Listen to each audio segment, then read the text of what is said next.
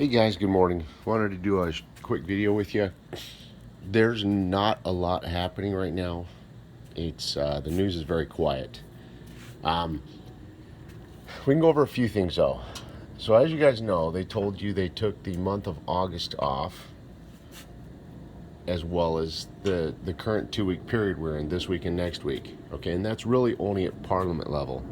If you guys look at the bigger picture, okay, they actually were not taking a break. For example, if you go into August, Iraq was making, this is just one thing they did. Iraq was making a lot of steps to fulfill all their Chapter 7 obligations back to Kuwait. You know, around mid-August, they returned all the body parts for DNA testing. And then in the last week of August, you know, they returned the archives and property.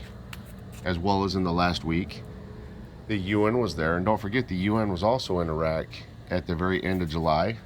And then 30 days later, they're back in Iraq at the very end of August. Okay? And they were, you know, kind of congratulating Iraq and supporting them for their accomplishments and achievements and how they've worked to fulfill their obligations towards Kuwait regarding Chapter 7. So they tell you they're quiet, or they tell you that they're actually taking a break and a recess, guys. It's actually not completely true. Okay? The only portion of Iraq that was really taking a break was just Parliament itself.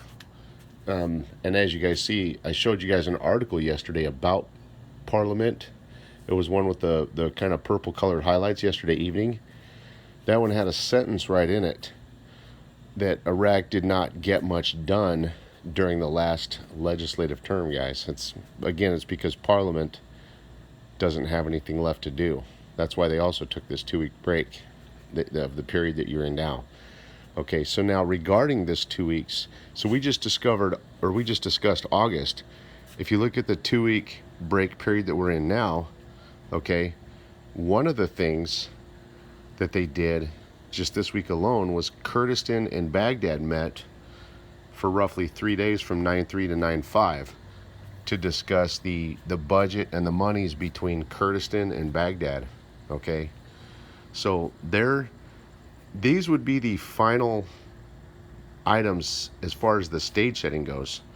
Kurdistan meeting with Baghdad, that's the last thing that they've told you in the news that they need to work on. Okay, that's great news for us. Okay, because that's you're seeing that end. I just released an article on that this morning. So really, per the news, the last thing that they've told us they really need to work on right now is the formation of the government, guys, and that was back from July. But if you notice in the news right now, they're hiding the formation of the government from us, and you would ask why. Well, I've strongly tried to show you that per the CBI, the formation of the government, guys, is the linchpin to a classified event. So based on that would be the reason why they would hide it from you. Again, because it's the linchpin to a classified event. That's why they hide it from you and don't tell you a lot of information. Okay? Notice how just at last weekend, all they came out saying two things. They said, oh, we're going to take a 2 week break and do the controversial laws, which the controversial laws do include the Article 140 and the HCL, guys. Those are post-rate change laws. So they tell you they're taking a 2 week break and that they're going to advance to post-rate change laws. No, they're not ready to go to post-rate change laws yet, guys. The rate has to change first. So that's why they skipped and walked around the formation of the government. You can see the games that they're playing right before you. You guys take care and have an amazing day.